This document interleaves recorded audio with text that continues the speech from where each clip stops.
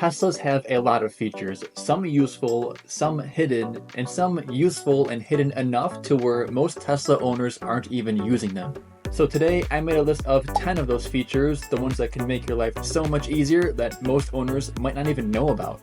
So let's go ahead and get into it, starting with the first one, which is Tesla's Energy app. Now you can switch between battery percentage and miles of range by tapping on the screen, but everyone knows that these miles, especially on road trips, aren't always accurate. To get up to the minute accuracy with range and efficiency data, you can use the Energy app on your Tesla. It will show your driving efficiency and calculate your projected range based on how you are driving right now or how you have been driving for the last however many miles. And because it's tracking all of your data live right now, it takes into account things like uphills, downhills, wind, weather, tire pressure, and whatever else you're driving through. There's actually a lot of really cool data in this app, even on longer drives.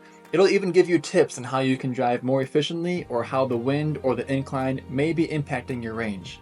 Now, a good question that you might have is, why doesn't Tesla just show this number for the estimate when you tap the screen by your battery icon?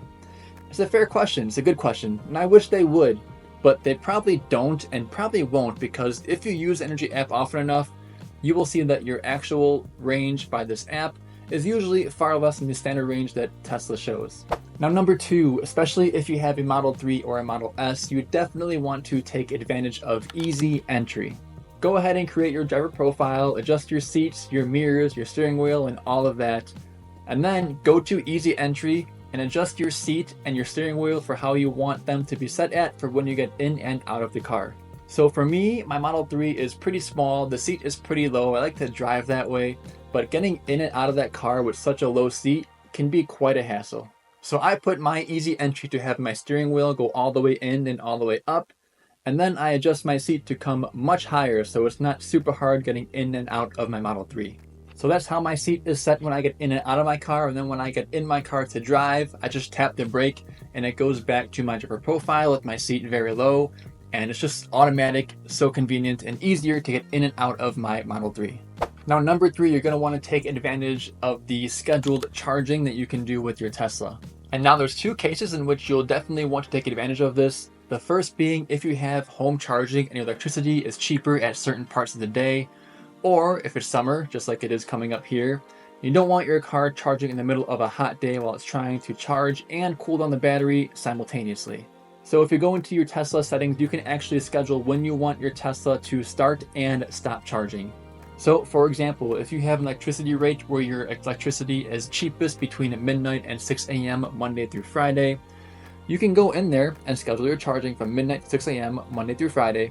You can set it to charge only between those hours on those days of the week. And in this case, even if your Tesla is plugged in at any time of the day, it will only charge between the times you set it at, which can save you a lot of money if you have a time of use electricity rate. But even if you don't have a time of use electricity rate, it's just easier on your Tesla battery to not have to try to cool your car down and charge at the same time. So on a hot summer day, if you set your car to only charge at night, it'll be easier on your battery. Now for number four, we're going to stay in the same menu here because you can actually schedule your departure or preset your climate controls. So these kind of go hand in hand, but on the same note, if you have a routine weekly schedule, you can schedule departure and set a time to have your car's battery warmed up by and have the cabin temperature set by. So for example, if you work a 9 to 5, you can schedule your departure for 8:30, let's say, and by 8:30 your cabin will be at whatever temperature you set it at and your car's battery will be warmed up and ready to go. But if that's not you and you're more like me, we have a very flexible work schedule, but you still want to heat or cool down your cabin before you get in your car, you can manually do this from the app. You don't need to be in any sort of Bluetooth range. You can do this literally from anywhere. Go on your Tesla app, go to climate controls and cool or heat your car from anywhere. And it's not just the climate. If you have heated or ventilated seats, you can turn those on also.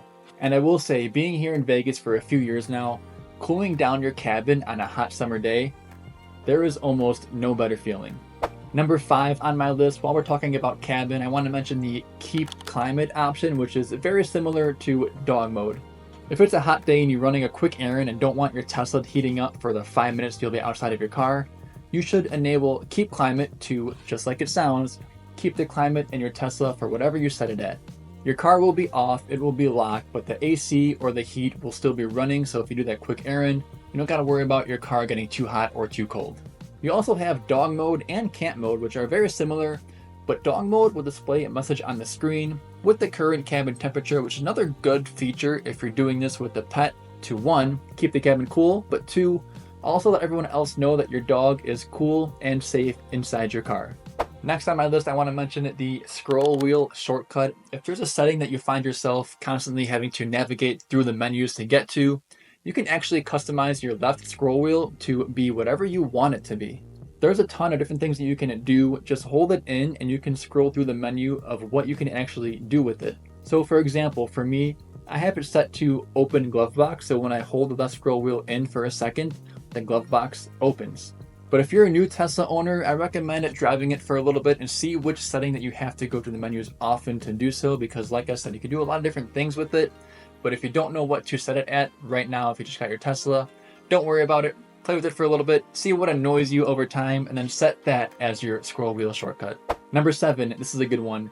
Live Sentry mode notifications. So first, you definitely want Sentry mode on. It's the setting that when you're parked, your Tesla will record things happening around you. So if something or someone hits your car, you'll have it recorded on your cameras. However, you can also enable a setting to give you phone notifications if a Sentry mode event were to occur, and then you can even view the footage right from your phone. So just in case there is a real emergency, you want to be able to see it right away so you can tend to it, just in case that by the time you get to your car, it may be too late.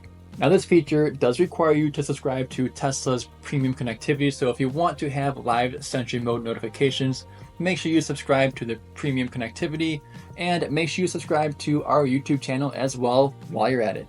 Now 8th on my list, I feel like most people know about it, but it's fun, so I wanted to mention it, and that is that you can customize your lock sound. So if you go to your Tesla toy box, you can see Teslas have a lot to choose from just in this menu.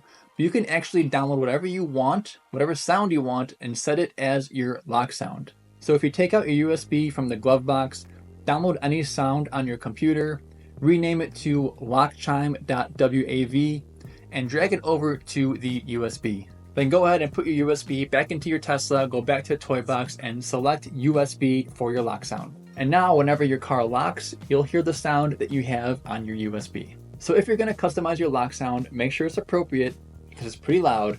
And if it's not appropriate, you didn't learn it from me. For number 9, we're going to go back to the Tesla app and talk about the charge stats that you can see right from the app. So we all know Tesla saves you money by not having to pay for gas. And if you go to charge stats, you can see exactly how much money that you're saving. And most people may know this, but did you know you can actually input your own electricity company or your electricity rates? And that way you get the most accurate info, and Tesla will use those exact numbers to calculate your costs and your savings. And if you're wondering how the savings are calculated, it compares to what are your average gas prices in your state month by month, which is very cool. Maybe not the most accurate, like up to the second accurate, but that's where it gets the data from. And lastly, number 10, we all know Tesla has a lot of cool features, cool updates that you get more and more features over time. But if you want to get the latest and greatest as fast as you can, you want to make sure you set your software updates to advanced. Tesla is always coming out with new features or improvements on existing features, which is one of the coolest things about them. It makes your car really never feel outdated. But if you want to be one of the first to get these software updates, make sure you go to Menu, Software, Update Preferences, and make sure this box is checked on Advanced. And just like always, it'll alert you when a software update is available, but with this checked on Advanced, you should be one of the first to get that notification. And that right there is my list of 10 of the most useful Tesla features that most Tesla owners may not be using. If you're a new Tesla owner, I hope this video was helpful, and if you're a current Tesla owner and think I missed something, let me know in the comments down below.